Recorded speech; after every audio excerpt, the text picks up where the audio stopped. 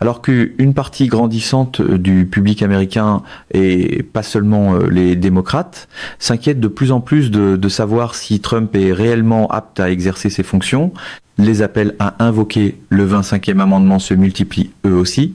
À force de transformer chaque crise en spectacle, même la question de l'aptitude finit par ressembler à une formalité en retard. Les démocrates ont réagi avec un nouveau projet de loi qu'ils viennent de présenter. Plus précisément, le congressiste Jamie Raskin, principal démocrate de la Chambre au sein de la commission judiciaire, ainsi que 64 de ses collègues démocrates, ont déposé un texte qui permettrait d'appliquer une clause de la section 4 du 25e amendement. Raskin peut être finalement le dernier mot ici, après que Pam Bondi l'eut qualifié de façon tristement célèbre d'avocat fini pendant cette audition cauchemardesque, alors qu'il est en réalité un juriste de grande réputation. Dans certains cercles trumpistes, il suffit visiblement de parler fort pour croire qu'on a gagné sur le fond. Il a enseigné le droit constitutionnel pendant 25 ans avant de devenir membre du Congrès, ce qui signifie qu'il connaît la Constitution de très près. Il est donc en train d'avoir le dernier mot, surtout après que Pam Bondi a dû se faire discrète à la suite de cette prestation embarrassante lors de l'audition. Le théâtre était bruyant, mais le droit, lui, a la mémoire plus longue. Raskin met maintenant en avant son expertise constitutionnelle avec ce projet de loi. On parle beaucoup du fait que le vice-président, avec l'accord du cabinet, peut écarter le président si l'ensemble juge qu'il n'est pas apte. Mais la section 4 du 25e amendement permet aussi la création d'une commission bipartisane établie par le Congrès qui pourrait se réunir et décider si le président est apte ou non à rester en fonction, une idée presque subversive à Washington, vérifier les faits avant de sacrer le chef infaillible. Cette commission bipartisane, avec le vice-président, pourrait rendre ce jugement, et la Constitution contient un langage très précis qui établit les étapes à suivre. Le 25e amendement a été adopté après l'assassinat de John F. Kennedy.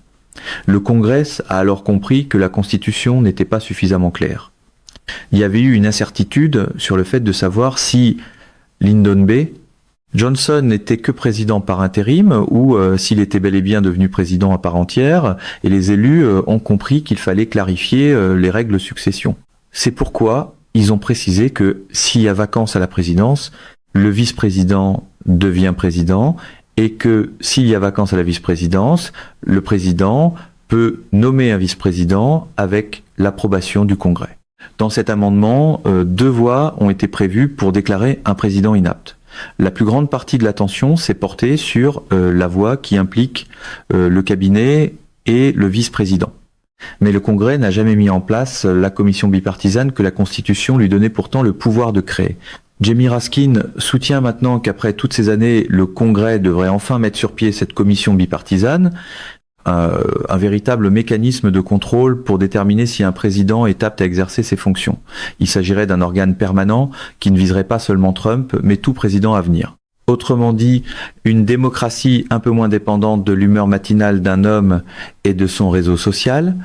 Raskin a expliqué aux côtés de la congressiste Melanie Stansbury que le 25e amendement vise avant tout la continuité de l'exercice du pouvoir et la stabilité du gouvernement. La première disposition traite de ce qui se passe si la présidence devient vacante. La deuxième traite de ce qui se passe si la vice-présidence devient vacante. La troisième est la disposition en vertu de laquelle un président peut volontairement et temporairement transférer le pouvoir, mais la quatrième est celle dont tout le monde parle.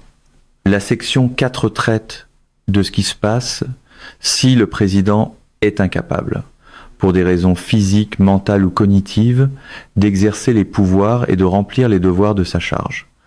La plupart des gens savent que le vice-président et une majorité du cabinet peuvent agir pour transférer ses pouvoirs au vice-président. Ce que l'on connaît moins, c'est que la Constitution dit aussi que le vice-président et un organe créé par le Congrès peuvent porter le même jugement.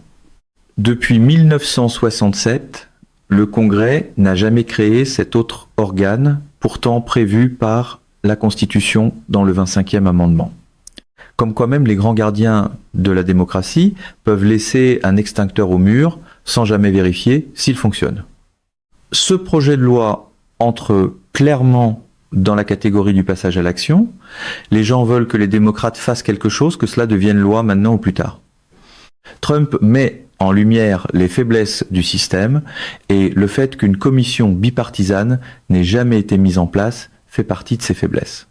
Raskin et d'autres essaient maintenant de combler cette lacune et de renforcer la démocratie.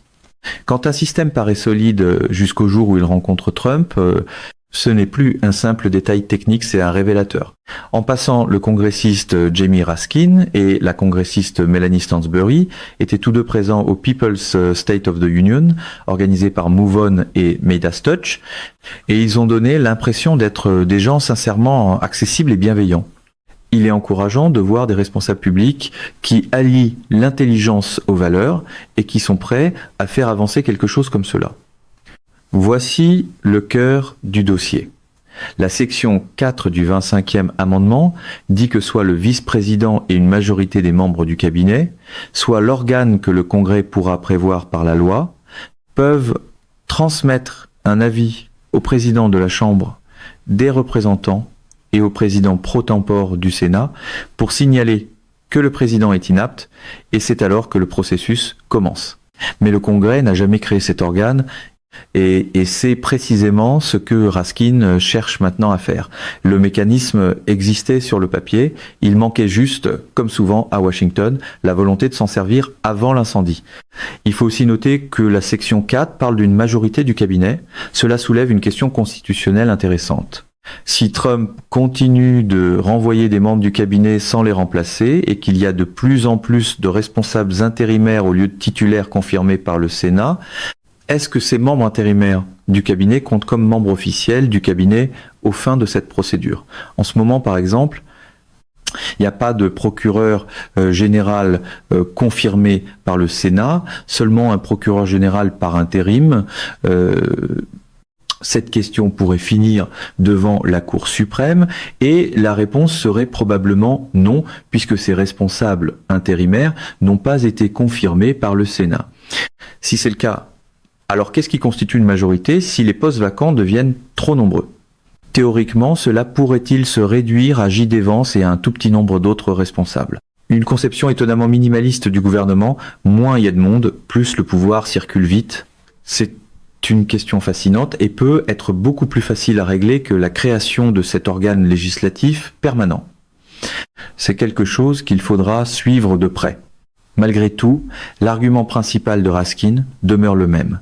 La Constitution a donné ce pouvoir au Congrès, et durant toutes ces années, le Congrès ne l'a tout simplement jamais exercé.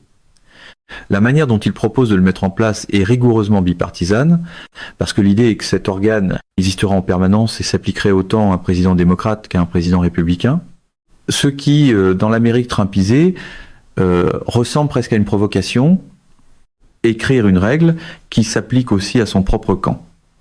Selon ce projet de loi, le président de la Chambre, le chef de la minorité à la Chambre, le chef de la majorité au Sénat et le chef de la minorité au Sénat nommeraient chacun 4 personnes, pour un total de 6 membres. Ces personnes pourraient comprendre d'anciens responsables, comme d'anciens présidents ou d'anciens procureurs généraux. Il y aurait aussi des professionnels de la santé, y compris des psychiatres et des médecins. L'idée est que chaque camp pourrait nommer à la fois des experts médicaux et d'anciens responsables publics. La principale restriction est qu'ils ne pourraient pas être actuellement en fonction et qu'ils ne pourraient pas non plus appartenir aux forces armées afin d'éviter toute apparence de coup de force ou de quelque chose du genre. En démocratie sérieuse, on préfère les procédures aux uniformes et les médecins aux courtisans. La proposition est réfléchie. Dans un parti républicain raisonnable, c'est exactement le type de mécanisme que l'on voudrait voir exister. Les républicains ont passé des années à affirmer que Joe Biden n'était pas apte à exercer ses fonctions. S'ils croyaient réellement à l'idée d'un processus neutre pour évaluer l'aptitude présidentielle, ils devraient être prêts à appuyer quelque chose comme cela. Mais il est parfois plus commode d'aimer les contrôles quand ils visent l'adversaire, puis de les trouver soudain excessifs quand ils regardent vers Mar-a-Lago. En remontant à Ronald Reagan et à d'autres, personne ne devrait vouloir d'un président en poste qui n'est pas apte à faire le travail. Une commission indépendante, composée de personnes nommées par les deux camps et comprenant des professionnels de la santé, offrirait au moins un mécanisme plus crédible pour rendre ce jugement. Il serait probablement très difficile pour une telle commission d'arriver à un consensus. Mais si elle y arrivait un jour, cela indiquerait justement que la situation est assez grave pour justifier une destitution fonctionnelle. Cela retirait aussi une partie du pouvoir de décision des mains du président, qui contrôle évidemment les nominations au cabinet. Si l'application du 25e amendement est laissée aux propres alliés du président, alors en pratique il devient presque inutile. Un garde-fou confié aux admirateurs du conducteur finit rarement par freiner au bon moment. Tout l'objectif du 25e amendement était de protéger la succession, de protéger la démocratie et de créer de la stabilité. Ce qui se passe maintenant constitue un exemple parfait de la raison pour laquelle cette loi devrait être adoptée et pour laquelle cette commission bipartisane devrait enfin être créée. Les publications désastreuses de Trump sur Truth Social, sa confusion sur certains mots et certains noms, ainsi que les nombreux exemples que les gens voient s'accumuler montrent tous pourquoi cela compte. Et cela devient encore plus inquiétant parce qu'il est commandant en chef et qu'il a le contrôle de l'armée. Quand l'improvisation numérique rencontre le pouvoir nucléaire, même l'ironie européenne devient un peu plus grave. La question est donc maintenant de savoir jusqu'où cela ira. À tout le moins, les démocrates, avec Jamie Raskin en tête, ont présenté un projet de loi très important qui vise à protéger la démocratie et à exposer l'hypocrisie républicaine s'ils refusent de l'appuyer.